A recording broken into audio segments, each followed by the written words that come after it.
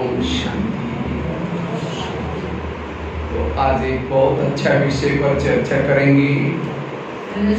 हम अपनी स्थिति को शक्तिशाली कैसे बनाएं, अपनी स्थिति को शक्तिशाली कैसे बनाएं, हमारी स्थिति क्यों बिगड़ती है, उसके कारण और प्लस निवारण, इसके बारे में चर्चा करेंगे।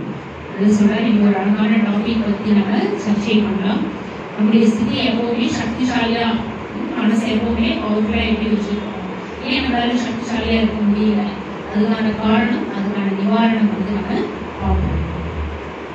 क्योंकि जिनकी स्थिति शक्तिशाली है वो अनेक रोने वालों के आंखों के आंसू पोंछ सकेंगे। சொல்றாங்க, யார் பவர்ஃபுல்லா இருக்காங்களோ அவங்க என்ன பண்ணுவாங்க, அவங்களால தான் மற்றவங்களுடைய அழுகை துக்கத்தை கூட நீக்க முடியும்। जिनकी स्थिति शक्तिशाली है उनका भविष्य का पद ऊंचा होगा। யாருடைய ஸ்திதி ரொம்ப பவர்ஃபுல்லா இருக்கோ அவங்க பதவி கூட சத்தியத்துல உயர்ந்ததாக இருக்கும்। जिनकी स्थिति शक्तिशाली है वो वायुमंडल को पावरफुल बनाने की सेवा कर सकेंगे। யாருடைய ஸ்திதி பவர்ஃபுல்லா இருக்கோ அவங்க வைப்ரேஷன்ஸ் வாயுமண்டலத்தை கூட சக்திசாலியாக வைத்துக் கொள்ள முடியும்। सारा मदार स्थिति के ऊपर है। முழு ஆதாரமே நம்முடைய மனநிலையை பொறுத்து தான் இருக்கு। लेकिन अगर हमें स्थिति को बनाना है तो हमें किन बातों की धारणा करनी है, एक 4-5 बातों की धारणा आज सुनाएंगे। சொல்றாங்க, நம்முடைய ஸ்திதி பவர்ஃபுல்லா இருக்கணும்னா அதுக்கான சில விஷயங்களை நம்ம வாழ்க்கையில கடைபிடிக்கணும், அப்ப நம்மளால சக்திசாலியா இருக்கலாம்। सबसे पहली बात है, अगर स्थिति को शक्तिशाली बनाना है, पर चिंतन, पर दर्शन, इन बातों से बचने की आवश्यकता है। जो किसी के दोष देखता है, अवगुण देखता है, उनकी स्थिति बिगड़ जाती है। சொல்றாங்க, நம்முடைய மனசு ரொம்ப பவர்ஃபுல்லா நம்முடைய மனநிலை இருக்கணும்னா அதுக்கு ஆதாரம் மற்றவங்களை பத்தி நாம சிந்தனை பண்ணக்கூடாது, மற்றவங்களை பார்க்க கூடாது, அப்ப நம்ம பவர்ஃபுல்லா இருக்க முடியும்। आज के मुरली में भी बाबा ने कहा कि बच्चे किसी के दोष नहीं देखो, किसी के अवगुण नहीं देखो, संग दोष से बचे रहो। ये सब बाबा कभी कभी धारणा मुरली में क्यों बताता है, क्योंकि इससे हमारी स्थिति बिगड़ जाती है। இந்த முறையில கூட பாபா சொல்றாங்க, சேர்க்கை ரொம்ப ரொம்ப முக்கியம்। நம்ம மற்றவங்களே தீய குணங்களை பார்க்காதீங்க, தீய குணம் பார்த்தா என்ன முழு நாளும் அவருடைய பாதிப்பு நம்முடைய மனசுல இருக்கு இல்லையா, நம்மளால சக்திசாலியா இருக்க முடியாது। जो किसी के दोष देखता है, अवगुण देखता है, परमात्मा उसको प्यार नहीं कर सकता। யார் மற்றவங்க தீய குணங்கள் தீயதை பார்க்கறாங்களோ அவங்களால பாபாவை அன்பா நினைவு செய்ய முடியாது। जो किसी के दोष देखता है, अवगुण देखता है, उसके बुद्धि में ज्ञान का चिंतन मंथन, ज्ञान की कोई भी पॉइंट्स नहीं रह सकती। அவருடைய புத்தியில மற்றவங்களை பத்தி தீய குணங்கள் இல்லையா, அவங்க என்ன தீய செயல் செய்யறாங்க அதை நினைச்சே இருந்தாங்கன்னா அவங்களுடைய ஞானத்தை கடைபிடிக்க முடியும்। उसको पूछेंगे आज क्या वरदान क्या था, बहुत अच्छा था, स्लोगन क्या था, अभी बहुत अच्छा था, क्या था, बहुत अच्छा था, प्रश्न क्या था, बहुत अच्छा था, दिमाग में ज्ञान की एक पॉइंट भी नहीं ठहरी, क्यों, पर चिंतन किया। ஆனா அவங்க முரளி நீங்க என்ன பாயிண்ட்ஸ் பாபா சொன்னாங்கன்னா நல்லா சொல்லுவாங்க, அதான் ஸ்லோகன் क्वेश्चन ஆன்சர் எல்லாமே நீங்க முரளி ரொம்ப நல்லா இருந்தது அப்படிங்குவாங்க, ஆனா அவங்களால கடைபிடிக்க முடியாது। अब जिसके बुद्धि में ज्ञान ही नहीं है उसके चेहरे में खुशी कैसी रहेगी, हाँ वो योग कैसे कर सकता है। इसलिए अगर स्थिति को मजबूत बनाना है, इस पर चिंतन से बचने की आवश्यकता है। நம்முடைய ஸ்திதி ரொம்ப பவர்ஃபுல்லா வைக்கணும்னா மற்றவங்களை பத்தி நினைக்கிறது வீணான சிந்தனை பண்றது அதுல இருந்து விடுபட்டு இருக்கணும்। समझो किसी के घर में जाओ, उनके बच्चे भी बैठे हैं, बाप भी बैठा है, बच्चों को कहेंगे बच्चा ठीक नहीं तो नालायक है, ऐसा है वैसा है, और बाप कहेंगे क्या बहुत अच्छा है, कितने अच्छे हैं, बाप कहेगा तुम यहाँ से पहले भाग जाओ, क्योंकि हर मम्मी पापा को अपने बच्चे प्यारे होते हैं। இல்ல ஒருத்தவங்க வீட்டுக்கு போறோம், அம்மா அப்பா குழந்தைகளை பார்க்கிறோம், அப்போ போகும்போதே சில இடத்துல என்ன பண்றாங்க, குழந்தைகளை சொல்லுவாங்க உடைய இப்படி அப்படி, ஆனா தாய் தந்தை என்ன பண்ணிப்பாங்க, பாசிட்டிவா தான் நம்முடைய குழந்தைகளை பத்தி சொல்லுவாங்க। इसी तरह सारा दिन हम क्या करते हैं, फलानी ऐसी है, वो ऐसा है, वो भाई ऐसे है, बहन ऐसे है, सारा दिन परचिंतन करेंगे और शाम को योग में बैठेंगे, मीठे बाबा, प्यारे बाबा, अब शांति के सागर, दया के सागर, बाबा के मैं भूल गया, मुझे याद दिला रहे, पहले तुम यहाँ से भाग जाओ। भगवान कभी भी ऐसी आत्माओं से प्यार नहीं करता जो दूसरे के दोष देखता है।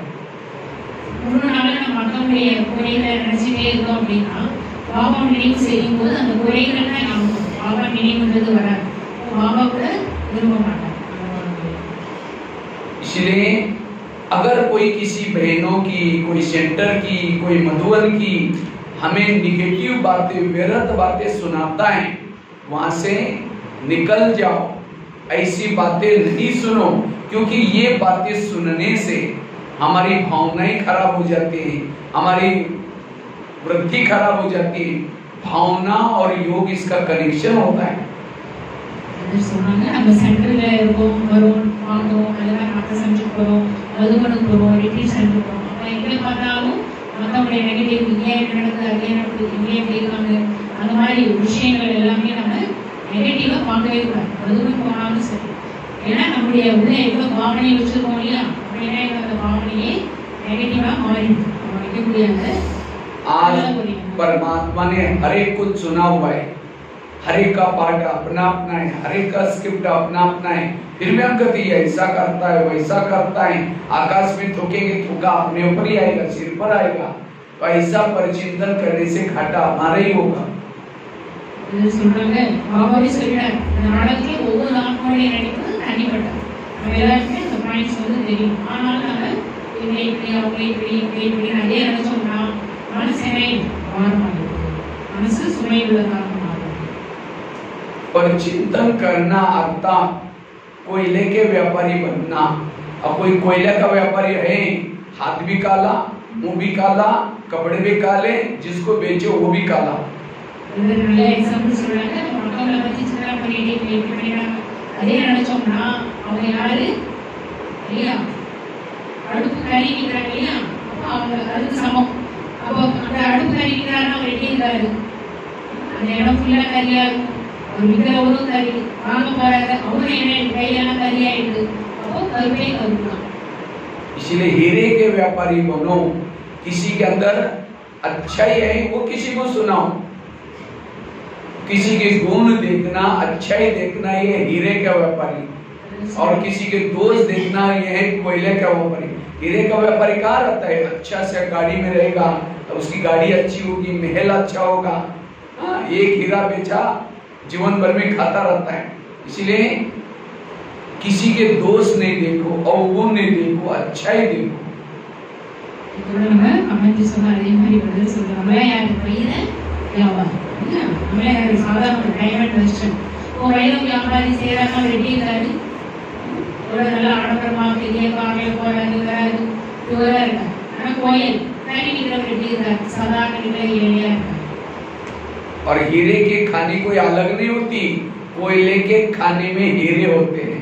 जिस व्यक्ति के अंदर आप अवगुण देख रहे, दोष देख रहे, उसके अंदर कुछ हीरे भी तो छिपे हैं। भगवान ने वो हीरे का देखा है, उसके कोयले को नहीं देखा। इसलिए हमें ये पर चिंतन हमें स्थिति को बिगाड़ता है। சொல்றாங்க, வைரம் தனிப்பட்ட கிடையாது, வைரம் எங்கிருந்து கிடைக்குது, கரியில இருந்து தான் கிடைக்குது। भगवान கூட பாருங்க, வைரத்தை தான் விரும்புறாங்க, கரியா இருக்கிறவங்க வைரமா மாத்ததான் பாபா விரும்புறாங்க। कई कहते हैं हम करते नहीं, कोई आकर के सुनाता है तो क्या करें, क्यों सुनाता है, हम सिर हिलाते, अच्छा और क्या हुआ, अच्छा अच्छा क्या हुआ, वो उठ के भी जा रहे हैं, बैठो ना चाय पानी पी के चल, बताओ ना क्या हुआ। हाँ, अगर एक दिन उनकी बातें सुनी, कल में किसी की देखेगा तो आपको जरूर बुलाएगा। इसलिए ऐसी संग दोष से बचना, तब स्थिति मजबूत रहेगी। சொல்றாங்க, நான் நல்லா இருந்தேன், ஆனா எனக்கு தான் தேவையில்லாம இவங்கதான் தேவையில்லாத விஷயத்தை சொல்லி சொல்லி என் மனசை எடுத்துட்டாங்க அப்படின்னு சொல்றாங்க நிறைய பேர்। அப்போ அவங்க சொல்றாங்க, அதுக்கு என்ன காரணம், நாம தான் என்ன பண்றோம், அவங்கள நல்லா கவனிக்கிறோம், வாங்க தண்ணி குடிங்க, இது கொடுங்க குடிங்க, அதுக்கப்புறம் இதே ராசி அதே ராசி சொன்னா நம்ம கேட்டுக்கிட்டு அவங்களுக்கும் அந்த பழக்கத்தை நம்ம ஏற்படுத்துறோம்। அப்போ அவங்க என்ன பண்றாங்க, தேவையில்லாத விஷயத்தை நம்ம புரிய சொல்றாங்க। इसलिए पर चिंतन पर दर्शन, बाबा यहाँ का स्लोगन है, पर चिंतन पतन की जड़ है, सो चिंतन उन्नति की सीढ़ी है। पर चिंतन करने से अपना गला कट जाएगा और सोचिंतन करने से माया का गला कट जाएगा।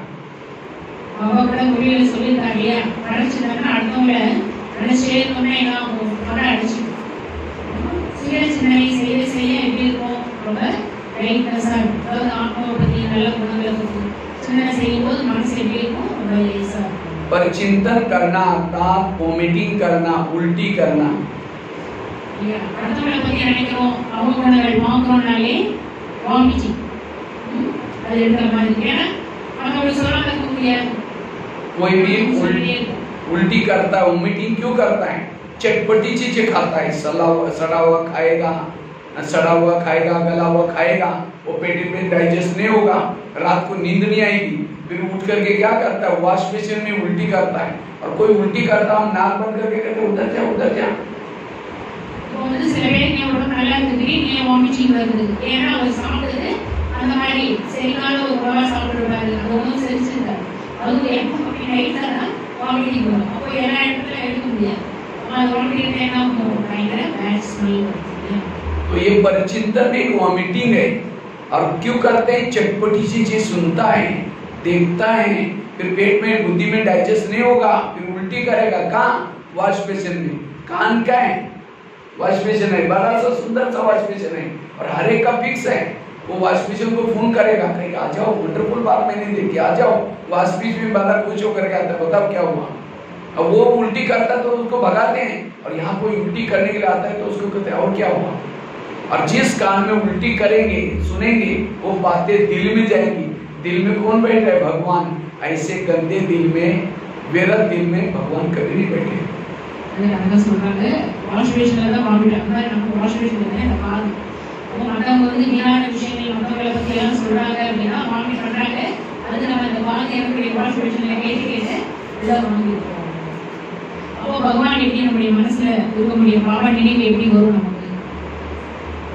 इसलिए अगर अपनी अभी ये समय जो चल रहा है दूसरों का देखने का समय नहीं, अपने आप को देखो, स्वयं को परिवर्तन करो, अपने अवगुणों को देखो, अपने अंदर कमियों को देखो, उसको परिवर्तन करो।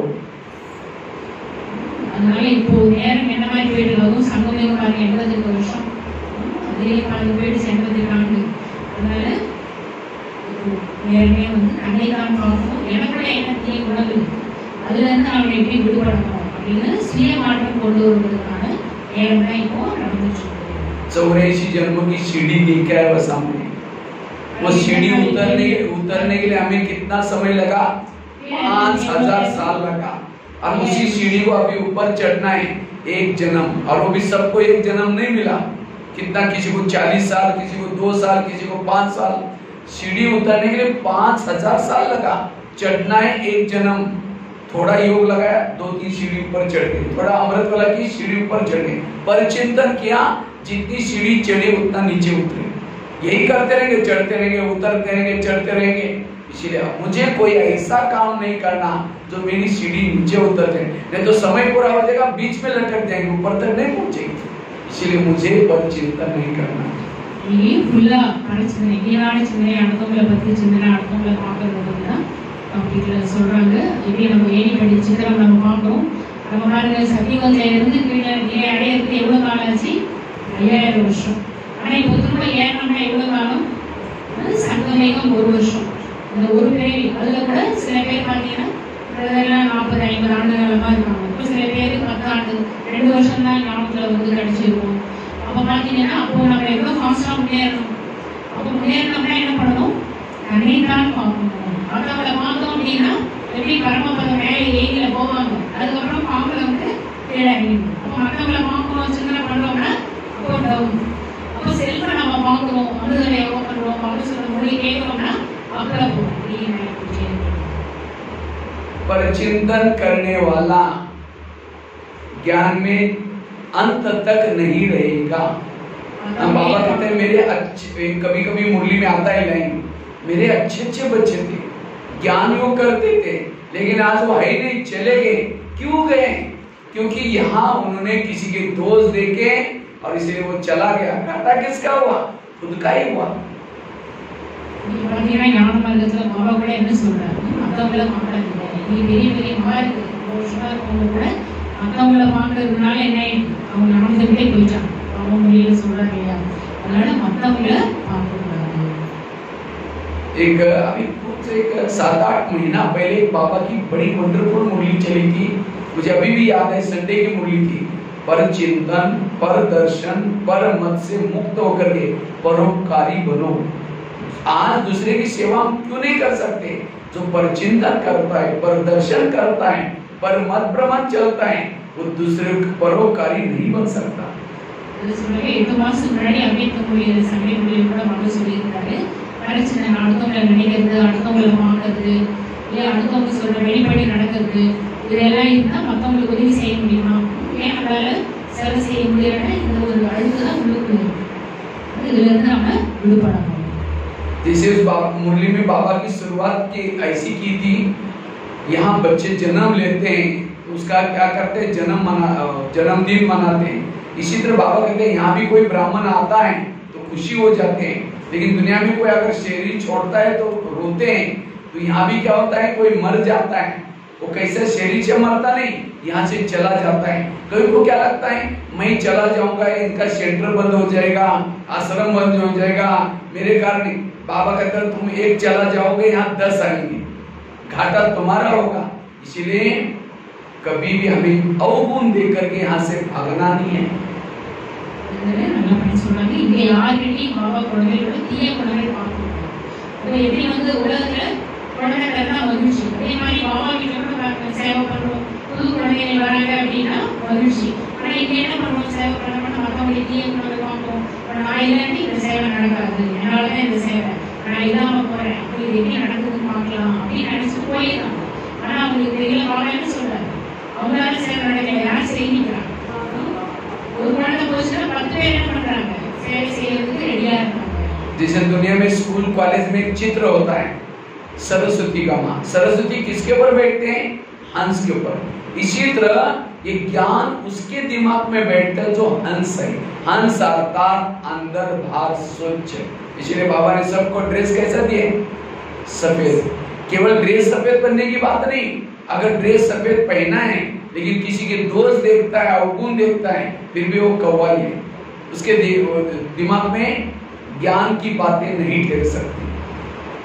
சொன்னாங்க, அதனாலதான் கல்வி அரசு சரஸ்வதி. சரஸ்வதி எங்க அமிர்த மாதிரி காட்டியிருக்காங்க, அன்னப்பறம். ஏன்னா அன்னப்பறவை கூட என்னது, பாசிட்டிவா பார்க்கணும், ஸ்வச்ச தூய்மை. அதனாலதான் பாபா நமக்கு ட்ரெஸ் கூட ஒயிட் கொடுக்குறாங்க, ஏன்னா எல்லாருக்கிட்டையும் நல்ல குணங்கள் பார்க்கணும், நல்ல பாவனை இருக்கணும்.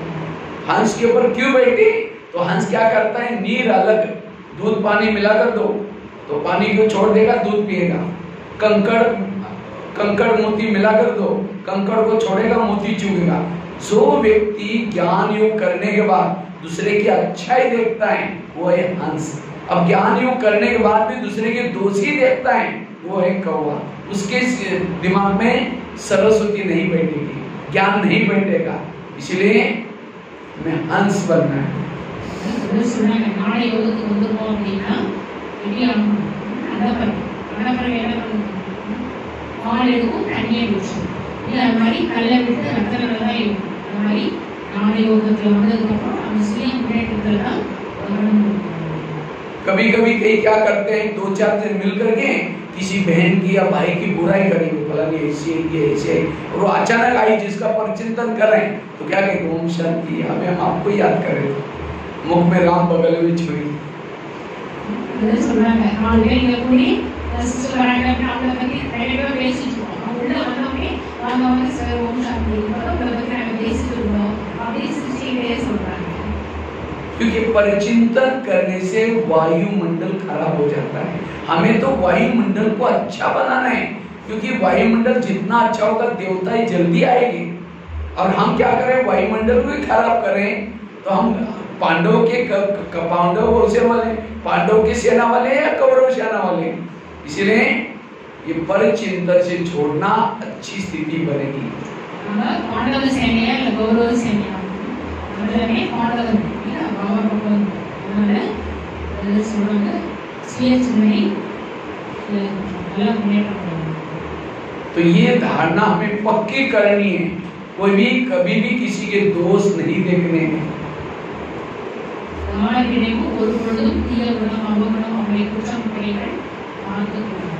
एक शिष्य था, भगवान के पास गया तो भगवान को कहता है, भगवान मैं बहुत आगे बढ़ना चाहता हूँ, मैं अपनी उन्नति करना चाहता हूँ। भगवान ने कहा ठीक है, मैं तुम्हें वरदान देता हूँ और साथ में 2 थैले देता हूँ।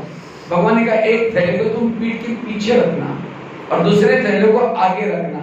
और भगवान ने कहा जो पीठ के पीछे थैला है, तुम्हारे आस पास पड़ोस में जो भी लोग रखते हैं सभी के अंदर जो दोष है, बुराई है, उसकी चिट्ठियां बना के डालिए, उसको पीछे वाले थैले में रखना, उसको बांध देना।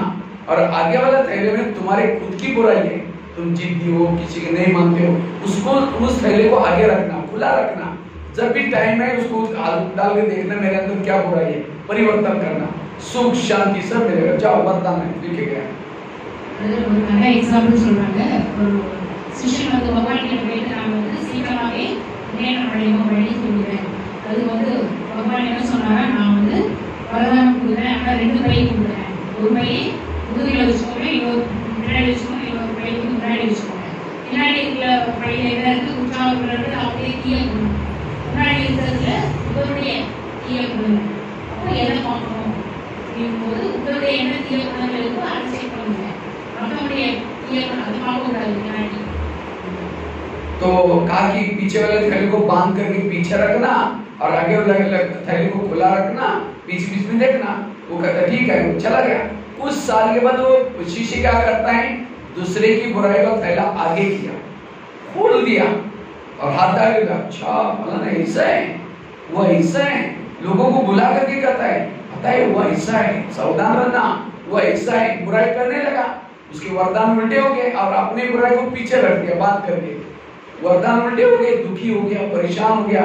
फिर भगवान के पास आता है, कहता है भगवान मुझे सुख मिला ही नहीं, मुझे शांति मिली नहीं, मैं बहुत दुखी हूँ। भगवान ने कहा अच्छा थैले को कहाँ रखा था तुमने? कहता भगवान मेरे से भूल हो गई, कभी कभी मैंने पीछे का थैला आगे किया था, ये मेरे से। भगवान ने कहा यही तुम्हारे दुखों का कारण है। இவர் என்ன பண்ணிட்டாரு, இந்த சிஷ்யர் பக்தர் வந்து பின்னாடி இருக்கிறையா அவங்களுடைய தீய குணம் எல்லாமே அந்த மூட்டையை நல்லா முடிச்சு போட்டுக்கணும், அதை பார்க்கவே கூடாது. முன்னாடி உங்களுடைய பையன் நல்லா கிளம்புறீங்க, அதை உண்டாகவும் பண்ணுங்க. இவர் போக போக என்ன பண்ணிட்டாரு, இவருடைய பையன் பின்னாடி வச்சாரு, பின்னாடி முதுகில் இருக்கிற பையன் முன்னாடி வச்சு மற்றவங்களுடைய ஒரு பெரிய இப்படி இப்படி அவங்க அப்படியே இப்படி என்ன செய்யணும் அப்படி என்ன செய்யணும் அப்படின்னு ஃபுல்லாக நெகட்டிவ் போக போக அவருக்கு என்ன ஆயிடுச்சு அப்படின்னு சந்தோஷம் கிடைக்கும். திரும்ப கடவுள்கிட்ட வர எனக்கு வந்து அமைதி சந்தோஷமே கிடைக்கும். அப்படியா நான் என்ன சொன்னேன், நீ என்ன பண்ண பாருங்க பார்த்தாங்க. இவர் என்ன பண்ணிட்டாரு, தீய குணம் என்ன இருக்கோ அதை பார்க்கல, மற்றவங்ககிட்ட என்ன தீய குணங்கள் என்ன பண்ணாங்க அதை பார்த்துட்டு இருந்தாரு. அதனால அமைதி। ये कहानी किसी और की नहीं, हमारी अपनी कहानी है। आज हम यहाँ आते किसी लिए बाबा थोड़ा सुख चाहिए, शांति चाहिए, मैं जीवन में आगे बढ़ना चाहता हूँ। बाबा कहते ठीक है, मैं तुम्हें वरदान देता हूँ, साथ में 2 थैले देता हूँ, दूसरे की बुराई को हमेशा पीछे रखो। पीछे से मतलब देखते हुए किसी की बुराई को नहीं देखो और अपनी बुराई को बार बार देखो, आगे रखो, परिवर्तन करो। लेकिन हम बाहर जाकर के क्या करते हैं, अपनी बुराई को पीछे करते हैं और ये ऐसा है, ये ऐसे परिचित, तो स्थिति बिगड़ जाती है। इसलिए आज से अपनी बुराई को, दूसरे की बुराई को पीछे रखो, किसी की दोष ना देखो। எல்லாம் வந்துருக்கோம் பாபா கிட்ட, நம்ம முன்னேற்றம் அடையிறதுக்கு தான், அமைதி சுகம் சாந்தி அடையிறதுக்கு. ஆனா இந்த பாபா நமக்கு வரதானம் கொடுத்தாரு, ஆனா கூடவே பை கொடுத்துருக்காரு. என்ன பை கொடுத்துருக்காரு, என்னை நானும் சொல்லிடுறாரு, மற்றவங்களுடைய தீயதை பார்க்காதீங்க, பேசாதீங்க, கேட்காதீங்க. ஆனா அந்த பையனை நம்ம எங்க ஓபன் பண்ணணும், வெளியே போது நல்லா இருக்கு, வெளியே போனோம்னே ஒரு பெரியமை போடுறது இப்படி அமானசி அப்படி அப்படின்னு சொல்லிட்டு அந்த பையன் ஓபன்ல வச்சிருக்கோம், தன்னுடைய முட்டை என்ன பண்ணிக்கணும் பண்ணி வச்சிருக்கோம், தன்னுடைய தீய मैं तो 40 साल से इस ज्ञान में देख रहा हूँ। कई तो बहुत सेवा करते थे, इतना अच्छा ज्ञान योग करते थे, जैसे आज की तुरंत इतने तीव्र पुरुषार्थी थे, लेकिन वो आज ज्ञान में है ही नहीं, चले गए। क्यों गए? उन्होंने यहाँ किसी के दोष देखना शुरू किया, इसीलिए चला गया। कहीं मेरे साथ भी ऐसा ना हो जाए, इसीलिए इस रेस में, ये रेस के हम घोड़े हैं, जैसे घोड़े जब दौड़ते हैं रेस में तो घोड़ों को इधर बांधते हैं, बाजू में इधर और इधर बांधते हैं ताकि पीछे आगे। तो इसी तरह हमें भी क्या करना है, रेस में दौड़ने के लिए दूसरों को नहीं देखो और चिंतन नहीं करो, அவங்க உட்காந்து பிரதர் இன்ஸ்ட்ருமெண்ட்டை வச்சுட்டு சொல்கிறாங்க இல்லையா, ரொம்ப இருக்கும் சொன்னாங்க. நான் 40 ஆண்டுகாலமாக ஞாபகத்தில் இருக்கேன். நான் நிறைய பேரை பார்த்துருக்கேன். ரொம்ப நல்ல மகாரதி குழந்தைகள் அப்படின்னு சொல்கிறாங்க. நானே எவ்வளோ நல்ல முன்னேற்ற நிலையில் இருந்தாங்க. ஆனால் இன்னைக்கு அவங்க கிடையாது. ஏன் அப்படின்னா மக்களுடைய குறைகளை பார்க்கறது, பேசுறது, சொல்லி சொல்லி அவங்க காணாமல் போயிட்டு இருக்காங்க. அதனால இப்போ ரொம்ப அவேர்னஸாக நம்ம வந்து இருக்கணும். ஏன்னா ஒவ்வொருடைய கணக்கு தனிப்பட்டது இல்லையா, அதனால ரேஸில் ஓடிட்டு போனால் நான் எதாவது ஓடிட்டு இருக்கேன் அப்படின்னு கண்டிப்பாக போகணும். एक सत्संग चलता था, बहुत सारे लोग आते थे उस सत्संग में। तो एक दिन एक शिष्य उठ करके गुरुजी को कहता है, गुरुजी मुझे एक वरदान चाहिए। तो गुरुजी ने कहा, क्या वरदान चाहिए? कहते मेरे बारे में सबके दिल में क्या चलता होगा ये मैं जानना चाहता हूँ। तो गुरुजी ने कहा, ठीक है, मैं उसके लिए तुम्हें वरदान देता हूँ, साथ में एक छड़ी देता हूँ। छड़ी मतलब मांत्रिक डंडा देता हूँ। जब भी किसी के दिल में कुछ चलता है, वो जानना है, उस छड़ी को दिल में रखो खुद के और उस व्यक्ति का नाम लो तो पता चलेगा। तो छड़ी दी, वरदान दी, से चला गया। இன்னொரு எக்ஸாம்பிள் சொல்றாங்க. ஒரு சத்சங்கத்துக்கு ஒரு சிஷ்யன் போனாரு. அங்க நிறைய பேர் இருந்தாங்க. அப்ப அவர் எழுந்திருச்சு அந்த குரு கிட்ட கேட்கிறார், குரு என்னை பத்தி எல்லாரும் என்ன நினைக்கிறாங்க, அதை நான் அவசியம் தெரிஞ்சுக்கணும், அதுக்கு நான் என்ன பண்ணணும் சொல்லுங்க அப்படின்னு. சரி, நான் உங்களுக்கு பிளெஸிங் கொடுக்குறேன் அப்படின்னு சொல்லிட்டு ஒரு கொம்பு மாதிரி கொடுக்குறேன். எப்பெல்லாம் உங்களுக்கு தோணுதோ அந்த கொம்பை என்ன பண்ணுங்க, திருதை கீழே வச்சுக்கிட்டு யாரையும் நினைக்கிறேன், யார் வேலையாவது நீங்க நினைங்க, அப்போ உங்களுக்கு தெரியும் அப்படின்னு சொல்றாரு. அதை வாங்கிட்டு அவரு வீட்டுக்கு போயிருக்காரு. तो अचानक शिष्य को याद आता है, पहले मैं गुरुजी की चेकिंग करता हूँ। तो रुक करके क्या करता है, छड़ी को दिल में रखा, गुरुजी का नाम लिया तो थोड़ी छड़ी काली हो गई। तो छड़ी काली हो गई, उसको लगता है गुरुजी के अंदर मेरे बारे में कालापन है, इनको गुरुजी बना करके फायदा क्या। आश्रम में आना बंद हो गया। 1 दिन हो गया, 2 दिन हो गया, महीना हुआ, 6 महीना हुआ, आज सत्संग में आना बंद किया। அப்போ முதல்ல அவர் என்ன பண்ணாரு, சரி மற்றவங்க என்ன பத்தி நினைக்கிறது இருக்கட்டும், பட் குரு என்னை பத்தி என்ன நினைக்கிறாரு அப்படின்னு குருவை நினைச்சா அந்த குரு வந்து கேட்கிறாரு. அவங்க பாத்தீங்கன்னா ஃபுல்லா குரு இவரை பத்தி நெகட்டிவா நினைக்கிறதா அப்படிங்கிற ஒரு கோபம் இருக்கு. அப்போ இவருக்கு ஷாக் ஆயிடுது, குரு என்னை பத்தி இப்படி நினைச்சிருக்காரு, நான் அவரை நம்பியிருக்கேன், சிஷ்யனா இருக்கேன் அப்படின்னு அதே திங்க் பண்ணி 2 மாசம் 3 மாசம் 6 மாசம் ஆயிடுச்சு. तो एक दिन शिष्य को लगा, अरे ये कुर्सी तो रोज खाली रहते, सबसे पहले आता था, इतनी अच्छी सेवा करता था, इसको क्या हुआ। गुरुजी उनके घर में पहुंचे, कहते क्या जी आजकल आप सत्संग में नहीं आते? कहते नहीं जी, आजकल थोड़ा घर में मेहमान आते हैं, मेरी तबीयत खराब है, थोड़ा आजकल कोरोना काल का थोड़ा डर लगता है, आजकल मेरी खेती चल रहे हैं, बच्चे की परीक्षा चल रहे हैं। तो गुरुजी ने कहा 6 साल से आते थे, आंधी आए, तूफान आए, कुछ भी हो जाए, नहीं गुरुजी नहीं, कोई जरूर कुछ बात है। சொல்றாங்க. அப்ப வந்து குரு பாக்குறாரு, இந்த சிஷ்யன் வந்து ஃபர்ஸ்ட்ல உட்கார்ந்துருக்காரு, அவர் இப்ப சத்சங்கத்துக்கு வரவே இல்லையே அப்படின்னு அவரே அந்த சிஷ்யன் வீட்டுக்கு போறாரு. ஏன் மாதிரி வரல நீங்க சத்சங்கத்துக்கு அப்படின்னா அவர் சாப்பிட்டு சொல்றாரு, இந்த வேலை அந்த வேலை ஃபங்க்ஷனுக்கு போயிட்டேன், அது போயிட்டேன், இது போயிட்டேன். 6 வருஷமா வந்துட்டு இருந்தாரு, ஆனா இப்ப வந்து இந்த மாதிரி சாப்பிட்டு போகலாம் ஏன்னு சொல்லிட்டு இருக்காரு அப்படின்னு நினைக்கிறார் குரு. फिर शिष्य कहते हैं, गुरुजी आपके अंदर मेरे बारे में कालापन है, जो छड़ी दिया ना मैं इसे देख लिया। तो गुरुजी ने कहा अच्छा ये बात है क्या, लेकिन तुमने देखा कि तुम्हारे अंदर औरों के बारे में कितना कालापन है? कहा कि नहीं देखा। देखो शिष्य ने छड़ी को दिल में रखा, अपना खुद का नाम लिया, पूरी छड़ी काली हो गई। गुरु की तो थोड़ी काली थी, निगेटिव थोड़ी थी, और सारी अच्छी थी, पॉजिटिव थी, सफेद थी। तो अपनी काली, उस शिष्य की थोड़ी सी सफेद, बाकी पूरी काली। तो अपनी काली देकर के उसको शर्माई, सिर झुकाया। गुरुजी ने कहा कोई बात नहीं, मैं भी जब आश्रम में आता था मेरी भी छड़ी पूरी काली थी, लेकिन मैंने तपस्या, सेवा, दान पुण्य करते करते इतनी बची है, मैं इंसान ही हूँ, ये तो निकल जाएगी। मैं तो अभी आश्रम में रहता हूँ, सेवा करता हूँ, लेकिन तुम मेरे को देख करके नहीं आओगे, तुम्हारी जो सफेद छड़ी बन रही वो भी काली हो जाएगी। फिर शिष्य कहते हैं गुरुजी आज मेरी अपनी आंखें खोली, मैं कितना बुरा काम करने जा रहा था। गुरुजी ने कहा कोई बात नहीं, आज से बड़ों की कमजोरी मत देखना। அப்போ வந்து அந்த சிஷ்யன் உண்மையே சொல்றாரு, நான் வந்து என்னை பத்தி யார் நல்லது நினைப்பாங்க அப்படின்னு பார்க்கும்போது கண்ணாடி யூஸ் பண்றாரு. பார்த்தோம் அப்படின்னா நீங்க தான் என்னை பத்தி நெகட்டிவா நினைச்சிருக்கீங்க. அப்போ அவர் சொல்றாரு இவ்வளவுதான விஷயம் அப்படியே கேட்டுருக்கலாமே அப்படின்னா அவரை பத்தி ஒரு விஷயம் தான் நெகட்டிவா நினைச்சார். ஒரு சொல்ற திரும்ப நீ கண்ணாடியை வச்சு நீ பாரு, உடனே நீ பாரு அப்படின்னா அப்போ பார்த்தா ஃபுல் கண்ணாடி விட்டு ஒரே தப்பா இருக்கு. ஏன்னா யார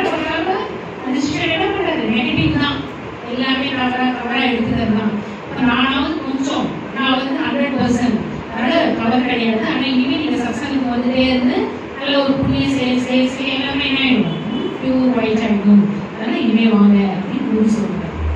तब वो शिष्य कहता है गुरु जी मेरे को माफ करना, फिर से सत्संग में आना। ये कहानी भी किसी और की नहीं, हमारी अपनी कहानी। हम भी यहाँ आते आते आते हमारी जो काली आत्मा थी, पतित आत्मा थी, पावन बनना शुरू हो जाते, योग करते, ज्ञान करते, सेवा करते। लेकिन जैसे यहाँ बहनों के संपर्क में आएंगे, मधुवन के संपर्क में आएंगे, सेंटरों के संपर्क में आएंगे, फिर कहीं यहाँ जो पैसे देते हैं ना उसको ज्यादा आगे करते हैं। फलानी भाई जी ऐसे, वो भाई जी ऐसे है, यहाँ कोई कदर नहीं है, कुछ ना कुछ दोस्त देखेंगे, भावना बिगाड़ देंगे, आना ही बंद करेंगे। तो घाटा किसका है? इसलिए इस ज्ञान मार्ग में कभी भी किसी के दोष मत देखना। சொல்றாங்க அந்த மாதிரி சிஷ்யன் வந்து குரு கிட்ட மன்னிப்பு கேட்டார். அதனால இந்த ஞான மார்க்கத்துல இங்க வர வர என்ன பண்றோம், சகோதரிகள் எல்லாமே குறைகளை பார்க்கறது, அவங்க மேல குற்றம் சொல்றது, அவங்க எல்லாமே பணம் நிறைய சேவை, பணத்தின் மூலமா சேவை செய்யறவங்கதான் அழைப்பு கொடுக்குறாங்க, மரியாதை கொடுக்குறாங்க, இந்த மாதிரி நெகட்டிவ் எல்லாம் நிறைய பார்க்கறது. அந்த மாதிரி இருக்கக்கூடாது. நாம முதலே சுய முன்னேற்றம் தனியா பார்க்கணும். आज गुरु पूर्णिमा है, तो आज के दिन आप लोग कभी संकल्प लेना किसी की भी दोष नहीं देखना। ये है गुरु पूर्णिमा के दिन आपका गुरु के प्रति प्यार, आज बाबा के प्रति ये संकल्प लो, बाबा आज से कभी हम दोष नहीं देखेंगे, पर चिंतन की राक्षस को मार देंगे। ये स्थिति को बिगाड़ता है, आपस में संबंधों को बिगाड़ता है, संगठन को कमजोर करता है। இன்னைக்கு வந்து குரு பூர்ணிமா பௌர்ணமி. இந்த பௌர்ணமி நாள்ல நம்ம எல்லாருமே பாபா சத்குரு முன்னாடி உறுதிமொழி எடுங்க. இன்னையில இருந்து நான் யாருடைய அவகுணங்கள், குற்றம், குறைகள் எதுவுமே நான் பார்க்க மாட்டேன். அது வீட்லயும் சரி, இங்கேயும் சரி, எங்க இருந்தாலும் எல்லாருடைய நல்ல குணங்களை மட்டும்தான் நான் பார்ப்பேன் அப்படின்னு சத்குரு பாபா முன்னாடி உறுதிமொழி எடுக்கிறார். इसलिए पर चिंतन से बचना। आज जिसके दोस्त देख रहे, वो योग कर रहे, ज्ञान कर रहे, मुरली सुना रहे, आज उन्होंने कितनी उनकी सफेद छड़ी कितना है वो नहीं देखा, आज थोड़ा सा अवगुण है वो देख लिया। इसीलिए बाबा कहते बच्चे कभी भी अवगुण नहीं देखो, पर चिंतन नहीं करो, पर चिंतन करने से भावनाएं बिगड़ जाएगी। அதனால நம்ம வந்து இப்போ ஒரு வராது, அவங்க குறைகள் பார்க்கணும்னா அவங்க எத்தனை வருஷம் பாபா குழந்தையா இருக்காங்க, எவ்வளவு சேவை பண்ணியிருக்காங்க, அப்போ அதுதானே பார்க்கணும். ஆனா என்ன பண்றோம், நெகட்டிவா நம்ம பார்க்கணும். அதனால இன்னையில இருந்து எதையுமே நம்ம பார்க்கணும். வீட்லயும் சரி, யாருடையும் कुछ संग दोष मतलब कोई नॉन बीके वाली बात नहीं। अगर कोई बीके है, बहुत पुराना है, वो भी अगर किसी बहनों की, किसी सेंटर की बुराई करता है, वो भी संग दोष है। इसलिए ऐसी बातों का भी सुनना नहीं, इसे बच कर रहना, और तब आप स्थिति को मजबूत बना सकते हैं। அவகுணங்கள் தீய குணங்கள் பார்க்கிறது அப்படின்னா இப்போ வீட்டில் ஞானத்துல இல்லை, அவங்க வந்து அவங்கள பத்தி சொல்றாங்களே அப்படி இல்லை. அவங்க குழந்தைங்களே என்ன பண்றாங்க, ஒருவர் மற்றவர்கிட்ட தீய குணம் அவகுணம் பார்க்கறது, அதை மற்றவங்களை போய் சொல்றது, இது எல்லாமே இருக்கக்கூடாது. இதுல இருந்து நம்மளை நம்ம ரொம்ப சேஃபா பாதுகாப்பா வைக்கணும்। दूसरी बात है स्थिति बिगड़ने का पहला कारण पर चिंतन। इसलिए मैंने बहुत सारे एग्जाम्पल दिया। उल्टी कान में नहीं डालना, पीछे की थैला आगे नहीं करना, छड़ी वाली कहानी सुनाई, कितनी सारी बातें सुनाई। इसको याद करके पर चिंतन से बचना। நம்ம தெரிஞ்சா ஏன் நம்மளால சக்திசாலியா இருக்க முடியல, மற்றவங்களை பத்தி நினைக்கிறது, மற்றவங்களை பார்க்கறது, அவகுணங்களை மனசுல வைக்கிறது, இதனாலதான் நம்ம வீழ்ச்சிக்கான ஆதாரம்। இதுல இருந்து நம்ம விடுபடணும்। दूसरी बात है स्थिति बिगड़ने का कारण है इंद्रियों की अधीनता। जब हम कर्मेंद्रिय का अधीन हो जाते हैं, हमारी स्थिति बिगड़ जाती है। அதே மாதிரி நம்முடைய மனசு அமைதியா சந்தோஷமா இருக்க முடியல அப்படின்னா நம்முடைய இந்த கண்ணு, காது, கர்மேந்திரியங்கள், நாக்குக்கு, சுவைக்கு எல்லாமே அடிமையாகும்। इस विकार पर जीत प्राप्त करने के लिए इंद्रियों का सहयोग चाहिए। अगर इंद्रिय आपके वश में नहीं है, एक संगम युग तो क्या 2-4 संगम युग भी ज्ञान में चलेंगे, इंद्रियों जीत नहीं बनेंगे, माया जीत नहीं बनेंगे। நம்ம பாபா நினைவு செய்யறதுக்கு இந்த உடல் தான் ஆதாரமா இருக்கு। உடலை கொஞ்சம் வழியில பாபா நினைக்கிறோமா கிடையாது। அதனால இந்த கர்ம இந்திரியங்கள் மீது நாம வெற்றி அடையணும்। आज ब्रह्मा बाबा ने माया जीत, कर्मेंद्रिय जीत बनने के लिए क्या पुरुषार्थ किया। बाबा रोज अपने कर्मेंद्रियों का दरबार लगाते थे। कर्मेंद्रियங்கள் மூலமா நம்ம இப்போ வெற்றி அடையலனா எத்தனை சங்கமேகம் வந்தா நம்மளால வெற்றி அடைய முடியும்। இப்போ நமக்கு எக்ஸாம்பிள் யார், பிரம்மா பாபா। ஒரு பாருங்க கர்ம இந்திரிய ஜீத் மாயா ஜீத் வெற்றி அடைஞ்சார் இல்லையா? तो हम लगाते दरबार कभी अंधेरी नगरी चौपट राजा टकेसर बाजी टकेसर खाजा। राजा सोया है, उसके अंदर जोचे हो रहे, कान जोचे सुन रहे, मुंह जोचे बोल रहे, आंखें जोचे देख रहे। तो हम मायाजीत कैसे बनेंगे? इसलिए स्थिति बिगड़ने का कारण है इंद्रियों की अधीनता। பிரம்மா பாபா டெய்லி என்ன பண்ணுவார்? தூங்குறதுக்கு முன்னாடி கச்சேரி வைப்பார் இல்லையா? ஆத்ம உணர்வுல இருந்து கண்ணை என்ன பண்ணி, காது என்ன பண்ண, வாய் என்ன பண்ண அப்படின்னு கச்சேரி வைப்பார். அந்த மாதிரி அப்ப செக் பண்ணும்போது தெரியுது கண் என்ன பண்ணுது, குற்ற செயல், காது குற்றமான விஷயம், அவங்கள பத்தி, வாய் கெட்டது, அந்த மாதிரி எல்லா தீய செயல் தான் செய்யும். बाबा कहते हैं चैरिटी बिगिंस एट होम, तो अपने घर को पहले सुधारो। அதனால இது முதல்ல பாபா கூட என்ன சொல்றாரு? ஒற்றுமை முதல்ல எங்க கொண்டு வரணும்? வீட்ல தான் கொண்டு வரணும் இல்லையா? घर मतलब लौकिक घर नहीं, ये शरीर आत्मा का पहला घर है।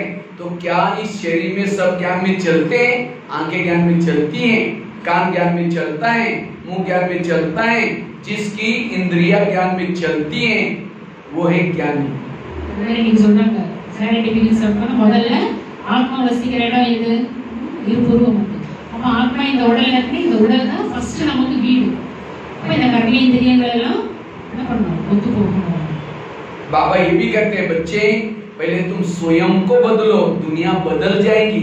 तो स्वयं को बदलना मतलब बैज पहन लिया, सफेद ड्रेस पहन लिया, अमृत वाला उठ लिया, मुरली सुन ली, हो गया बदलाव। स्वयं को बदलना अर्थात हर इंद्रियों को श्रीमत प्रमाण चलाना, ये है स्वयं का परिवर्तन। அது சொல்றாங்க பாபா கூட சுய மாற்றம் சொல்றாரு இல்லையா? சுய மாற்றம்னா என்ன? அமர்ல யோகா பண்றது, பேட்ச் போடுறது, முரளி கேட்கறது, அது இல்ல. ஒவ்வொரு கர்மேந்திரியங்களும் பாபா சொல்றபடி இருக்கும். கண்ணு, காது, வாய், மூக்கு, செவி எல்லாமே பாபா என்ன அதுக்கு வழி சொல்லியிருக்காரு. அந்த வழிப்படி கர்மேந்திரியங்களை வழி நடத்தணும். जिसकी हर कर्मेंद्रिया श्रीमत प्रमाण चलती है, आंखें योग्य ड्यूटी करेगी, कान योग्य सुनेगा, मुख योग्य बोलेगा, मन योग्य सोचेगा, वो है शक्तिशाली स्थिति का आधार। சக்திசாலி ஸ்திதி என்ன அர்த்தம்? பாபா சொன்ன மாதிரி கண்ணு, காது, வாய் எல்லாமே பாபா சொல்ற ஸ்ரீமத் ஆதாரத்தில் நம்ம நடக்கிறோம் அப்படின்னாலே நம்முடைய மனசு எப்படி இருக்கும்? பவர்ஃபுல்லா இருக்கும். और भविष्य के ऊंचा पद का आधार है कौन सा? जिन्होंने इंद्रियों पर शासन किया वो भविष्य के राजा बनते हैं। சத்தியவத ராஜா ஆகணும்னா இந்த கர்ம இந்திரியங்களுக்கு ஆத்மா நம்ம ராஜாவாக இருக்கும்போது தான் சத்தியவதில் நம்ம ராஜா ஆக முடியும். बाबा ने कोई ऐसे मुरली में नहीं कहा कि जो मधुबन में रहते हैं वो राजा बनेंगे, जिन्होंने मम्मा बाबा को देखा है वो राजा बनने वाले हैं, जो सरेंडर है वो राजा। बाबा ने राजा बनने के लिए फार्मूला क्या दिया है? जिन्होंने इंद्रियों पर शासन किया, चाहे वो मधुबन निवासी हो, चाहे गृहस्थी में रहते वाला हो, चाहे जोनल इंचार्ज हो, चाहे सरेंडर वाला हो, जिनका इंद्रियों पर शासन है वो है राजा। சத்தியவத யார் ராஜாவா இருப்பாங்க? பாபா இந்த மாதிரி மொழியில சொல்லியிருக்காரா? மதுமல்ல சேவை செய்யறவங்க, சரண்டர் ஆனவங்க, இவங்கதான் ராஜா ஆவாங்கன்னு சொல்லியிருக்காரா? கிடையாது.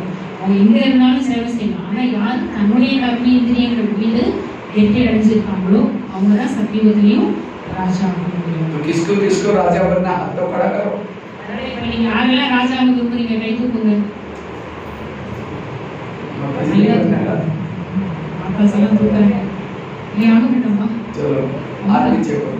अच्छा राजा बनने के लिए हाथ तो खड़ा किया, लेकिन क्या आप मन को ऑर्डर की, हे मन अब तो आपको परमधाम में जाना है, लेकिन मन कहीं मार्केट में लेके जाता है, तो राजा कैसे बनेंगे? இப்போ ராஜா ஆகணும் நல்லது கை தூக்குறீங்க. ஆனா மனசு தன்னுடைய கட்டுப்பாட்டுல வைக்கணும் இல்லையா? மனசு பரந்தாமத்துக்கு போனா மனசு எங்க போகுது? டைம் ஆயிடுச்சு, இங்க போனோம், அங்க போனோம், வீட்டுக்கு போனோம், மார்க்கெட் போனோம் அப்படின்னு நினைக்குது. अमृत वाला योग कर रहे हैं, आंखें बंद है, कैसे राजा बनेंगे? அமிர்த வேளையில பாபா சொல்றாரு எழுந்திருக்கணும், ஆனா யோகா பண்ணாம தூங்கி தூங்கி விடணும். அப்ப எப்படி ராஜா ஆக முடியும்? कोई मोबाइल में रात को 11-12 बजे भी कोई चीज देखेंगे, उस समय बंद नहीं होती, टक टक करके देखते रहते, और थोड़ा सा योग में बैठे लुढ़क गए तुरंत। பிரதர் சொல்றாங்க பாருங்க 12 மணி வரைக்கும் கூட மொபைல் என்ன பண்றோம்? கன்சியூம் இல்லாம நல்லா பாக்குறோம். ஆனா அமிர்த வேளையில யோகா பண்ணணும் அப்படின்னா 5 நிமிஷம் கூட இருக்கிறதுல கண்ணு மூடிடுறோம். पर चिंतन किसी ने कुछ बोला है, कई दिन की बातें याद है, और आज सवेरे की मुरली भूल गए, हम कान कई दिनों के बाद ये याद रखता है, लेकिन आज की मुरली को बोला जाता है कैसे राजा बनने के लिए हर इंद्रियों पर शासन चाहिए। பிரதர் சொல்றாங்க, யாராவது ஒருத்தர் நெகட்டிவா ஏதோ திட்டிட்டாங்கன்னா அதை மறக்கிறோமா? ரொம்ப நாளானாலும் மறக்குது. ஆனால் இன்னைக்கு என்ன முரளி பாயிண்ட் சொல்லுங்கன்னா யோசிக்கும், ஈஸியாக முரளி பாயிண்ட்ஸை மறந்துடும். அதனால சத்தியவத ராஜாங்கன்னா இந்த கர்மேந்திரியங்கள் முதல்ல நம்முடைய கட்டுப்பாடு. पहले जमाने में राजा किले में रहते थे और किले के चारों तरफ से पहरा रहता था, सिक्योरिटी अलग अलग दरवाजे पर सिक्योरिटी रहते थे, कोई भी आता था उसकी चेकिंग होती थी। इसी तरह इस शरीर पे हमारा एक फोर्ट है, किला है, और इस किले के कई दरवाजे, कान, मुंह, आंखें, लेकिन इस दरवाजे में रुकने टुकने वाला कोई नहीं है, इसलिए आत्मा राजा की हालत बड़ी गंभीर है। ராஜாக்கள் எல்லாம் அந்த காலத்துல எங்க இருந்தாங்க? கோட்டைக்குள்ளதான் இருந்தாங்க இல்லையா? இப்போ கோட்டைக்குள்ள எல்லாருமே விட்டுருவாங்களா ஈஸியா? எவ்வளவு செக்யூரிட்டி இருக்கு. அந்த மாதிரி இந்த உடல் வந்து கோட்டை. இப்போ நம்ம செக் பண்ணணும், தேவையில்லாத விஷயத்தை உள்ளுக்குள்ள கொண்டு போகக்கூடாது. आजकल के माता बड़ी अच्छी है, अच्छे मतलब क्या? उसका हर इंद्रियों पर शासन है। அதனால பாபாவுடைய நல்ல குழந்தையாகணும்னா இந்த கர்மேந்திரியங்கள் முதல்ல நம்ம ராஜாவாகணும். கண்ணு காது எல்லாமே பாபா சொல்ற படிப்படி நடக்கணும். तो आज तक के पुरुषार्थ अनुसार अब राजा बनेंगे, दासी बनेंगे, साहूकार बनेंगे, क्या बनेंगे? मैं आपको आईना दिखाता हूँ, आप खुद को देखना है कि मैं क्या बनने वाला हूँ। இன்னைக்கு பிரதர் சொல்றாங்க, நாம வந்து ஒவ்வொருவரும் சத்தியவத ராஜா ஆக போறோமா, தாசதாசி ஆக போறோமா, பிரஜை ஆக போறோமா? அந்த கண்ணாடி இப்ப நான் உங்களுக்கு தர போறேன். இதை வச்சு நீங்க சத்தியவத என்ன பதவியில் அடைய போறன்றத நீங்களே பாருங்க. कोई ज्ञान में चलता है, धन से सेवा नहीं करता, ज्ञान भी दूसरों को नहीं सुनाता, इंद्रियों को भी अधीन है, वो भविष्य का दास दासी बनेंगे। தாசதாசி சத்தியவத யாராவாங்கன்னா யார் வந்து பாபா வீட்டுல வந்து சேவை செய்யாம இருக்காங்களோ எல்லா விதத்துல, அது வந்து கர்மேந்திரியங்கள் இல்லையா அடிமையா இருக்காங்களோ, அப்ப சத்தியவதத்துல சொர்க்கத்துல அவங்க தனியா ஆட்கள். जो किसी का ज्ञान से श्रृंगार नहीं करते, वो श्रृंगार करने वाली दास दासी बनते हैं।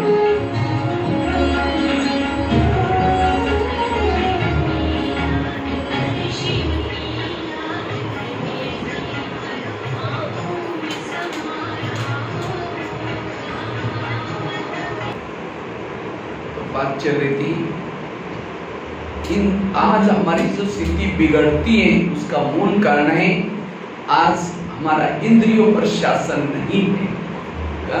विरस देख रहे, विरस हो, इसलिए इसके ऊपर निगरानी करो, ब्रह्मा बाबा नारायण बने, ये पुरुषार्थ।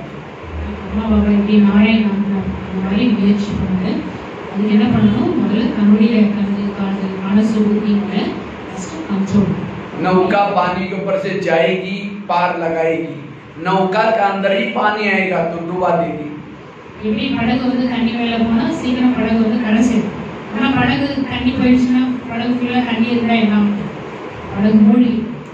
जो इंद्रियों पर शासन करता है पार हो जाता है, जिसके ऊपर इंद्रिय ही शासन करते हैं वो जीवन में असफल हो जाता है, डूब जाता है। வந்து இந்திரியங்கள் மீது வெற்றி அடைகிறாங்கன்னா வாழ்க்கையே வெற்றி தான். இந்திரியங்கள் அடிமையாகிட்டே இருக்கும் அப்படின்னா தோல்வி.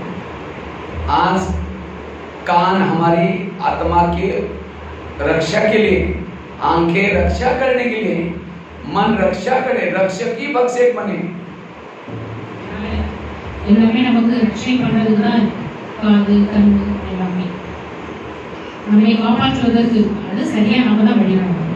भारत में अंग्रेज घुसे थे, कैसे घुसे थे? भारत में नवाबों का शासन था, बंगाल का नवाब, बिहार का नवाब, सूरत का नवाब। अंग्रेज आए, नवाबों के साथ दोस्ती की और दिल्ली के ऊपर अटैक किया और भारत गुलाम हो गया। பாரத பாருங்க சுதந்திரமா இருந்தது, இல்லையா அடிமை ஆயிடுச்சு, இல்லையா பிரிட்டிஷ்காரங்க வந்தாங்க அடிமைப்படுத்திட்டாங்க. भारत में नवाबों का शासन था, बंगाल का नवाब, बिहार का नवाब, सूरत का नवाब। अंग्रेज आए, नवाबों के साथ दोस्ती की, दिल्ली के ऊपर अटैक किया और इसलिए भारत गुलाम हो गया। நவாப் ஆட்சி தானே இருந்தது. அதுக்கப்புறம் பிரிட்டிஷ் ஆட்சி, ஆங்கிலேயர் ஆட்சி வந்த உடனே அவங்க நண்பனாகி அவங்க கூட சேர்ந்து என்ன பண்ணிட்டாங்க? நவாப் காரங்களை வீழ்ச்சி செஞ்சு பாரதமே அடிமைப்படுத்திட்டாங்க. इसी तरह शरीर भी एक इंडिया है और इस इंडिया की राजधानी आप रुकुटी में है, तो शरीर भी इंडिया में भी कई नवाब है, कान, मुंह, आंखें, मन, बुद्धि, माया रूपी अंग्रेज आते हैं, इनके साथ दोस्ती करते हैं और तब ये आत्मा के ऊपर अटैक किया। इसलिए आज हमारा शरीर रूपी देश गुलाम है। பிரதர் வந்து உடலுக்கு ஒப்பிடுறார், புரியுதுங்களா? அப்போ பார்த்தீங்கன்னா ஆத்மா தான் ராஜாவா இருக்கும், நவாபியது இந்த கர்ம இந்திரியம். அப்போ மாயை தான் ஆங்கிலேயர்.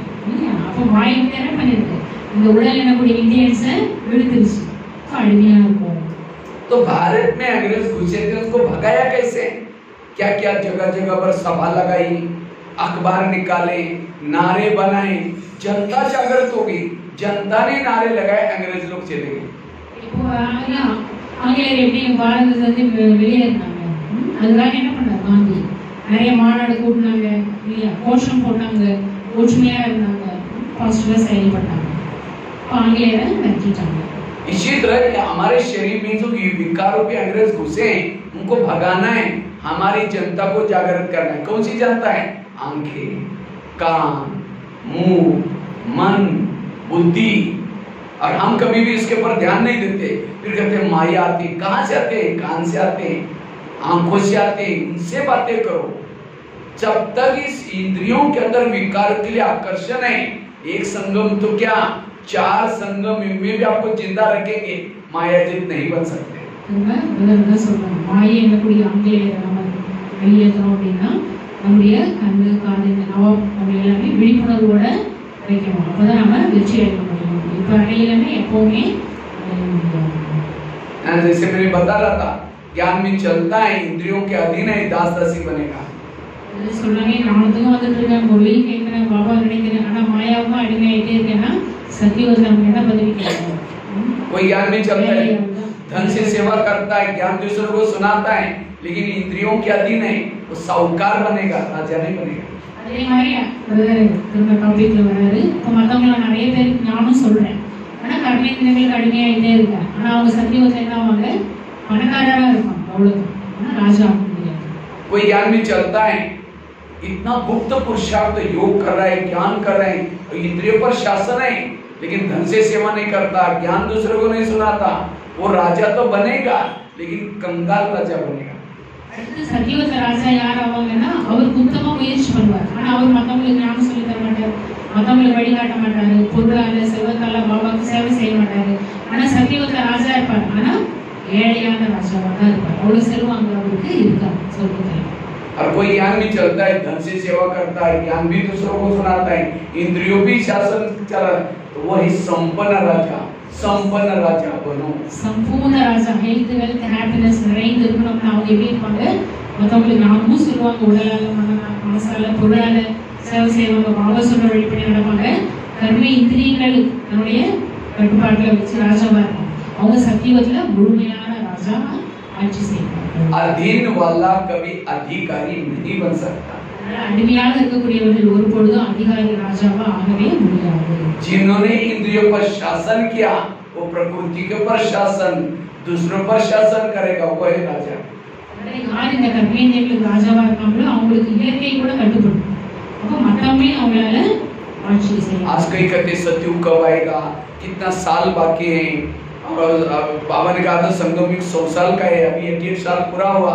सत्युग पहले अपने शरीर में बनाओ, एक धर्म, एक राज्य, एक भाषा, एक आत्मा का शासन, हर इंद्रियों के अंदर एकता, तब जाकर सत्युग आएगा। अखंड भारत जिसको कहते हैं, हर इंद्रियों का आपस में तालमेल, आंखें किसी का सुनते नहीं, मुख है, वो कैसा सत्युग आएगा? आएगा, हम सत्युग में दास दासी बनना पड़ेगा। நிறைய பேர் இப்போ பாபா வந்து சத்தியம் வருதுனால எப்ப சொர்க்கம் வரப்போகுது இதெல்லாம் எதிர்பார்த்துட்டே இருக்காங்க. சங்கம் 100 வருஷம் 88 வருஷம் ஆயிடுச்சு, எப்ப சொர்க்கம் வருது அப்படின்னு. அதாவது சொல்றாங்க, முதல்ல இந்த கர்மேந்திரியங்களுக்கு என்ன பண்ணணும்? ராஜா ஆகுங்க. இப்போ கண்ணு, காது எல்லாமே ஒரே வழிபடி ஒரு நிலையில இருக்கும். ஆனா இப்போ ஒன்னொன்னு தனித்தனியா வேலை செய்யுது. ஒரே நிலையில கொண்டு வந்தா சீக்கிரம் என்ன ஆகும்? சொர்க்கம் சீக்கிரம் नहीं तो भक्ति मार्ग में क्या करते थे, मंदिर में जाते थे, थोड़ा सा पूजा करते थे, घंटी बजाए, तिलक लगाए, आ गए। वो भक्ति का मंदिर छोड़ा, यहाँ आना शुरू किया ब्रह्मा कुमारी में, आकर के मुरली सुन ली, ये की सारा दिन। तो सत्युग में तो जाएंगे पद ऊंचा के लिए, ये है देवता बनने का पुरुषार्थ। ब्रह्मा बाबा ने किया, दादियों ने किया। यही आज हमारे संस्कार क्यों नहीं बदल रहे? क्योंकि इंद्रियों पर शासन नहीं है, इसलिए संस्कार जैसे कि वैसे, जैसे पहले दिन आए थे वैसे हैं। சொல்றாங்க இங்க வரதுக்கு முன்னாடி எங்க போனோம், கோயில் போயிட்டு என்ன பண்ணோம், விரதம் மணி அடிச்சோம், ஏன் தரிசனம் பார்த்துட்டு வந்துட்டோம். அதே தான் இங்கேயும் வரோம், பாபா அடிக்கிறோம், முருகை கேட்கிறோம், போயிடுவோம். ஆனால் கர்மேந்திரியங்கள் சுய மாற்றம் எதுவுமே செய்யல. இப்போ சம்ஸ்கார குணங்கள் மாறலைன்னா காரணம் எது? நம்முடைய இந்த கர்மேந்திரியங்கள். तो रोज हमें अपना दरबार कैसे लगाना है? रोज अमृत वेला सोने के लिए बाबा के पास जाओ, जब अमृत वेला करके नीचे आते हैं सभी इंद्रियों से गुड मॉर्निंग बोलो और एक एक इंद्रियों से बातें करो. சொன்னாங்க இப்படி பிரம்மா பாபா சிச்சாட் பண்ணாலே கர்மேந்திரியங்கள் அதே மாதிரி அமிர்தவேளை யோகம் முடிச்சுட்டு இந்த கர்மேந்திரியங்களுக்கு எல்லாம் தேங்க்ஸ் சொல்லுங்க. பிரதர் வழி சொல்றாங்க அமிர்தவேளை யோகம் முடிச்சு இந்த கர்மேந்திரியங்களுக்கு நன்றி சொல்லிட்டு ஒவ்வொரு கர்மேந்திரியும் எப்படி வழி நடக்கணும். सबसे पहले बात करो कान से, हे मेरे कान. अमृत वेला करने के बाद 4:45 के बाद थोड़ा सा 2 मिनट अपना इंद्रियों से बातें करना. सबसे पहले बात करो कान से, हे मेरे कान तुम मेरे इस राज्य के शान हो. अगर तुम ना होते मैं ईश्वरी माओ के कैसा सुनता? और मेरा तुम्हारे पर विश्वास है इसलिए मैंने तुमको बॉर्डर पर रखा है. कान का है बॉर्डर पर है. நம்மளோட ஊர் என்னங்களும் போய் ரீச் ஆகும். எப்படி வந்து இயற்கை கூட பாருங்க அன்பு செலுத்தணும்னா அதுவும் அன்றடம் வந்து ரிஃப்ளெக்ஷன் கொடுக்குது. அதே மாதிரி சொல்றாங்க அன்றடம் முடிச்சு ஒவ்வொரு உறுப்பு கிட்ட பேசுங்க. அங்கே இப்போ காலை பாருங்க, காது கிட்ட பேசுங்கன்ற இப்போ காலே நீதான் ரஜானம். அவசரம் எல்லா ரஜானமும் உருவாக்குறது எது? இந்த காது. அதனால காது கிட்ட பேசுங்க, கண்ணு கிட்ட பேசுங்க அப்படின்னு. एक माता जी को आंखें धोखा दे रही है, वो ऐसा कर रहे हैं. थोड़ा ताली बजाओ अच्छी तरह, ध्यान से सुनो.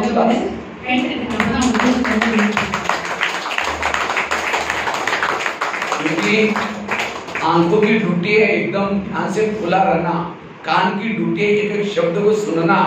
अब उसी समय अगर ड्यूटी ठीक नहीं करेंगे तो दुश्मन घुस जाएगा अंदर.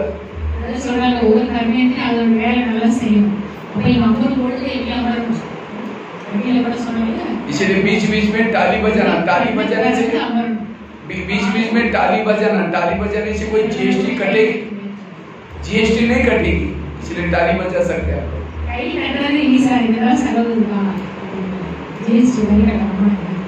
फ्री में.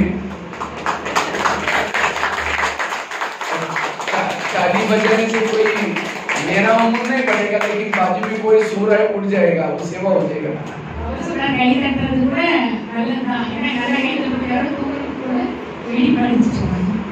क्योंकि नहीं तो माया कहते हैं ये कहाँ मेरा राज्य इसके ऊपर था, ये मुंह टप्पू से आकर के क्या सुना रहे, मेरे को भगा रहे. इसीलिए गुपचुप बातें वो आपके क्लास में आई है, बैठी है माया भी सुन रहे हैं. वो धीरे से क्या करते हैं आलस और अलबेला के संजीवनी बूटी सुंगा कर जाते हैं, फिर आलस साल पे आएगा ऐसा करते. अब वो ऐसा करेंगे तो ज्ञान की बातें तो अंदर जाएगी.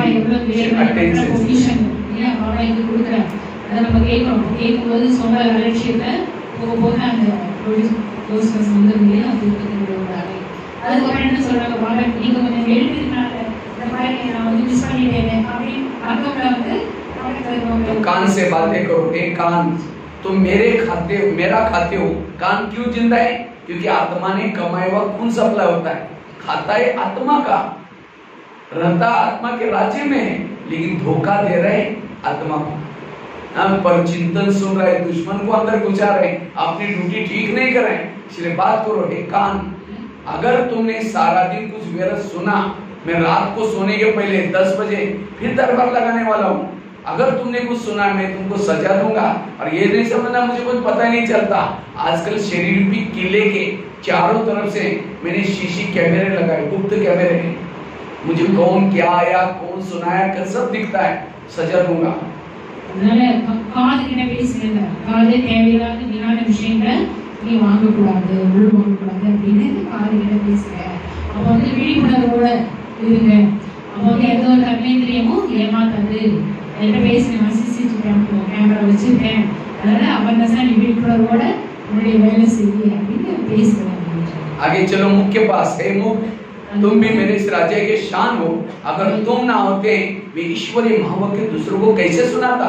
लेकिन कभी कभी तुम किसी का परचिंतन करते हो, किसी का अपमान करते हो, इसके कारण मेरा आत्मा मेरे से रुक जाता है, आपस में संबंध बिगड़ जाते हैं। अगर तुम ऐसा करेगा मैं तुमको सजा दूंगा।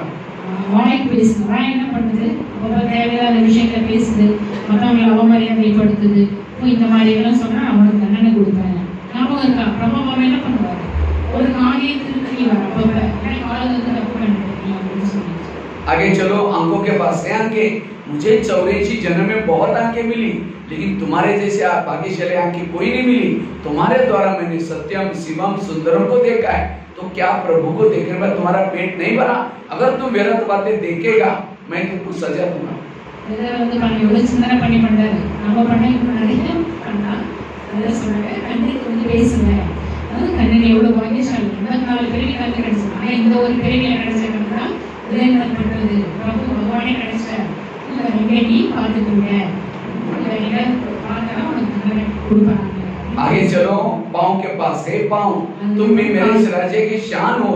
अगर तुम ना होते मैं सेवा करने के लिए कैसे जाता। सेवा की मुख ने भाषण किया, आदि दुआ पाँव को मिल जाती है। हाथ ने कर्मना सेवा की, आदि दुआ पाँव को मिलती है। क्यों? पाँव घुटने के ऊपर पूरा बॉडी को लेके आता है, इसीलिए कोई भी व्यक्ति घर में आता है उसके चरण छूते। चरण में आत्मा नहीं है, लेकिन क्यों छुआ? क्योंकि आत्मा को सारी बॉडी को लाने वाला कौन है? चरण। लेकिन कभी कभी हे चरण, तुम परिचिंतन करने के लिए लेके जाते हो सबको। परिचिंतन क्या? मुख ने आधा पाप तुम्हारे पर चढ़ जाता है, आंखों ने फिल्म देखी, आधा पाप पाँव में पर चढ़ गया।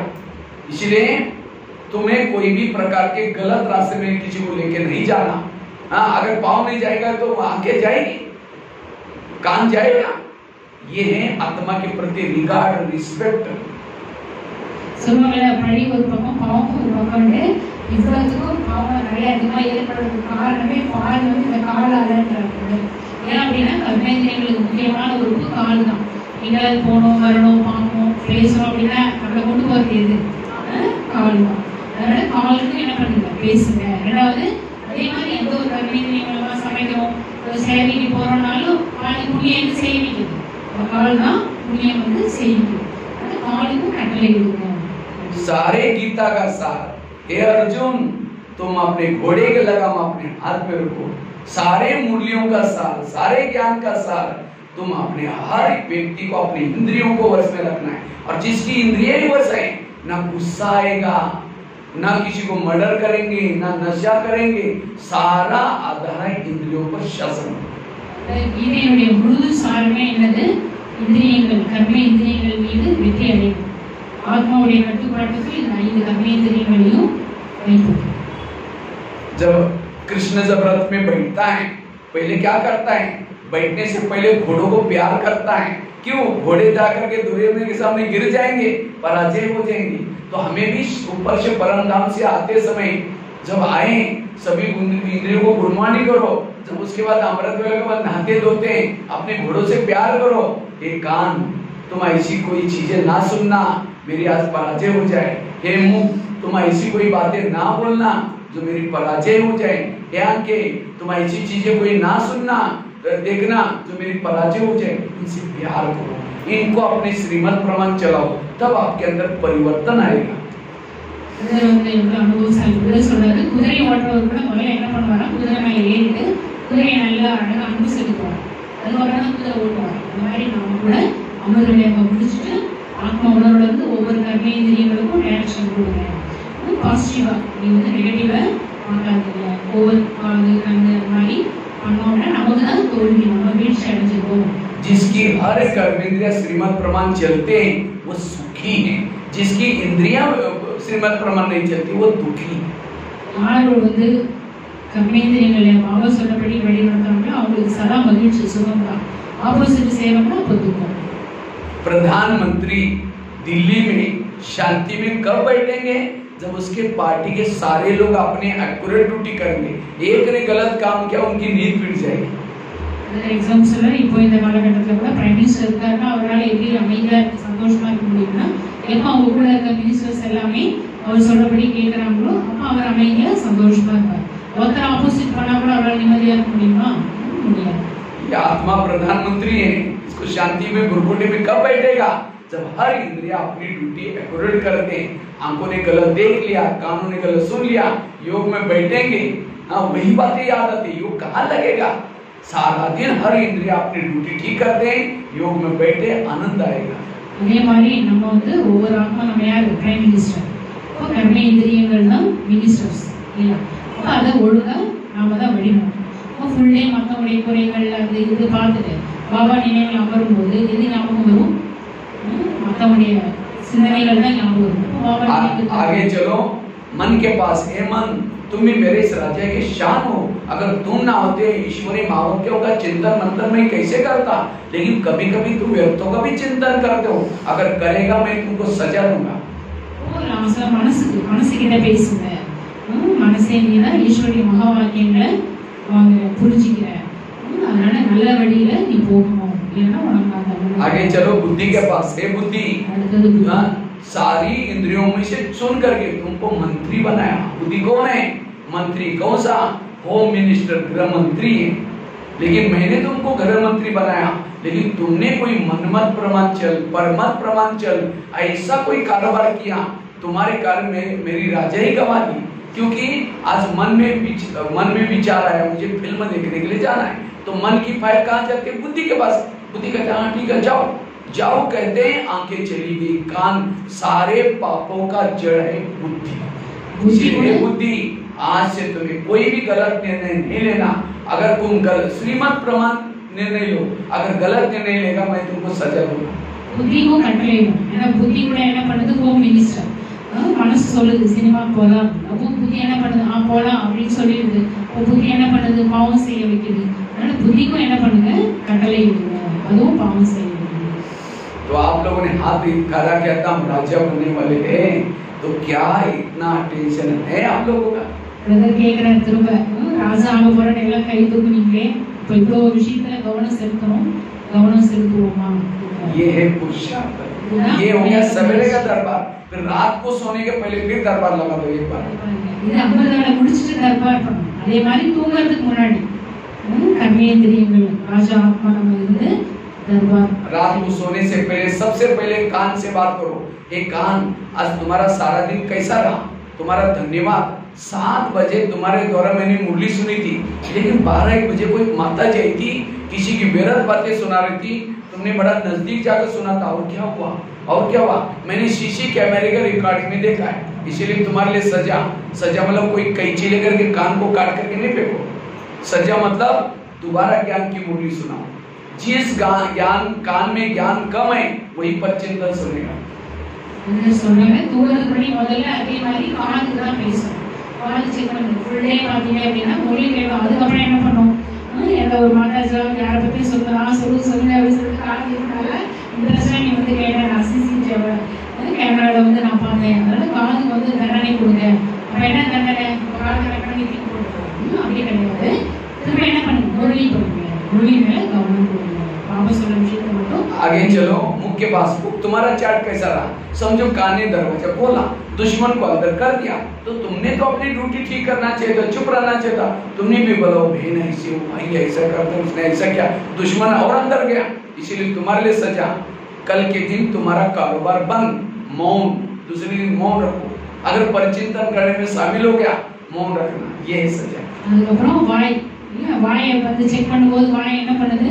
மற்றவங்களை பற்றி மீறான விஷயங்கள் மற்றவங்களுக்கு சொல்லிட்டே இருக்கும். அதனால வாய்க்கு என்ன ஒரு தண்டனை? ஃபுல்டே மறுநாள் என்ன பண்ணணும்? மௌனம், யாருமே பேசாம சைலன்ஸ்। आज कई माता कहते मेरे बच्चे मानते नहीं है। क्यों नहीं मानते? जिसकी इंद्रियां नहीं मानते कौन मानेगा? इसलिए इसके पर शासन करो, ऑफिस अच्छा चलेगा, घर अच्छा चलेगा, सब कुछ अच्छा चलेगा। सारे प्रॉब्लम की जड़ है यहाँ। இன்னைக்கு நிறைய பேர் என்ன சொல்றாங்க? மாதாஸ் எல்லாம் வந்து எங்க வீட்டுல நான் சொல்ற பேச்சு யாருமே கேட்கறது இல்லை, அவங்க கேட்கறது இல்லை, இவங்க கேட்கறது இல்லை, பிரதர் கேட்கறாங்க. முதல்ல உங்க கர்மேந்திரியங்கள் நீங்க சொல்றபடி வச்சிருக்கீங்களா? பாபா சொல்றபடி கேக்குதா? அப்படின்னா எல்லாருமே நீங்க சொல்றதை கேட்பாங்க। तो स्थिति को शक्तिशाली बनाने के लिए इंद्रियों पर शासन, 2 ही बातें मैंने आपको सुनाई। एक तो परचिंतन से बचे रहो और दूसरा रोज इंद्रियों पर शासन करो। आज से अगर ये 2 बातों का भी पुरुषार्थ करेंगे, आपकी अवस्था शक्तिशाली बन जाएगी। ब्रदर का टॉपिक है நம்ம எப்படி சக்திசாலியா இருப்போம். அதுக்காக தான் 2 விஷயம் தான் சொல்லியிருக்கேன். என்ன 2 விஷயம் சொல்லியிருக்காரு சுந்தர்பாய்? என்ன 2 விஷயம் சொன்னாங்க? அதுக்கு பேர் இவ்வளோ நேரம் சொல்றாரு கிளாஸ். कितनी सारी कहानी सुनाई, நம்மள பார்க்கிறது கேட்கறது பேசுறது. இன்னொன்னு कितने सारे एग्जांपल दिया. तो हाथ आगे करके आप प्रतिज्ञा करेंगे, सभी हाथ आगे करेंगे. கையெல்லாம் நீங்க இவ்வளவு விஷயத்தை பத்தி இது மேல உங்களுக்கு प्यारे बाबा, அன்பான பாபா, आज से हम कभी भी किसी का परचिंतन नहीं करेंगे. நான் மற்றவர்களை பற்றி சிந்திக்க மாட்டேன். परचिंतन करके वायुमंडल खराब नहीं करेंगे. மற்றவர்களை பற்றி பேசி வாயுமண்டலத்தை கெடுக்க மாட்டேன். कोई सुनाता है हाँ जी करके नहीं सुनेंगे. யார பத்தி தீயது பேசினா கூட ஆமா ஆமான்னு சொல்லி தலையாட்டி அதை நான் கேட்க மாட்டேன். किसी के भी दोष नहीं देखेंगे. மற்றவருடைய குறைகளை நான் பார்க்க மாட்டேன். परचिंतन से मुक्त रहेंगे. நான் மற்றவர்களை சிந்திப்பதிலிருந்து சதா விடுபட்டு இருப்பேன். सदा स्वराज्य अधिकारी बन சதா நான் சுயத்தை பற்றி हर इंद्रियों पर शासन करेंगे. ஒவ்வொரு இந்திரியங்கள் மீது நான் ஆட்சி புரிவேன். ओम शांति. बस ये 2 बातें करो, शक्तिशाली बन जाएंगे. 2 விஷயங்களை கடைபிடிங்க, சக்திசாலியா நம்ம ஆகலாம். ओम शांति.